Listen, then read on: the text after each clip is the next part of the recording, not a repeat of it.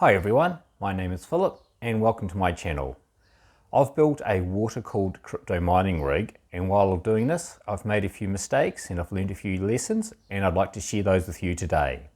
My water-cooled system has a pair of radiators, one along here which is a 240mm and one along here which is a 360mm, and it's cooling a pair of NVIDIA RTX 3090s. My first tip is when selecting a radiator size, go for the longest radiator you can fit into whatever you need to do first, and then go for the thicker size. A longer radiator has by far the best cooling effect, and only then, if you need more cooling, make the radiator larger. I've found that a 240mm radiator, and this one is maybe 20-25mm thick, that's able to get rid of about 300 watts of heat. So I would personally want to have about a 240mm radiator for every 300 watts of card or heat that I need to get rid of. One of the biggest mistakes I've made is when I've been doing my water cooling is failing to think about air. Air is the enemy of water cooling, and you want as little air in the system as possible. And the easy thing to realize is air always rises. So if you can, you want to have you've got to realize that whatever is the highest point in your system is where the air is going to collect. So in this case, I've been lucky enough to be able to put a reservoir as the highest point, and so the air will collect here. Some things like this RTX 3090 have a specified inlet port and an outlet port, so you have no choice how to connect those up. But some things like this back plate have no inlet or outlet, so you can feed in and out of either of these two ports.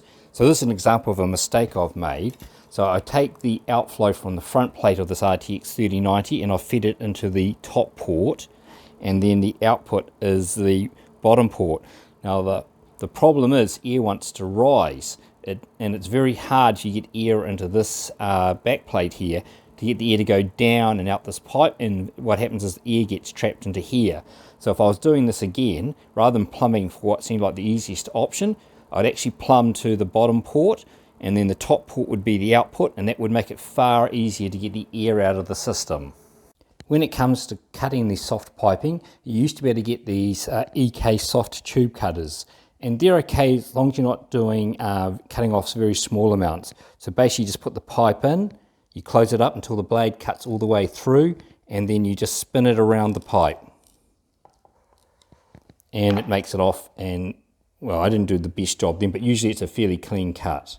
I actually prefer cutting the pipe by getting one of the soft tube fittings.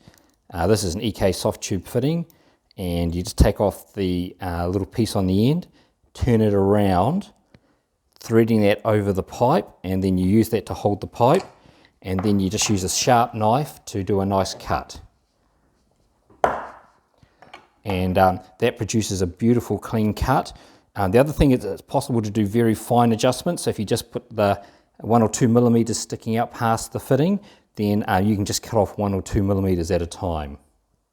Another mistake I made earlier on is not thinking hard enough about how I was going to get all the coolant back out of the system. So it's really important you put some kind of way to drain the system, and it needs to be as low as possible, because gravity is going to pull all the coolant down to the lowest point. So think about how you're going to empty out the system when you need to maintain it. When you're connecting up your loop, it doesn't really matter what order you put things in.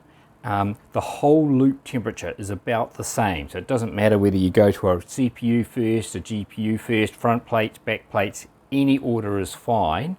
The only real temperature difference that happens is across radiators. So it goes into the radiator hotter and comes out about cooler, but it doesn't matter where in your loop the radiator is. It could be in the middle, the beginning, the end.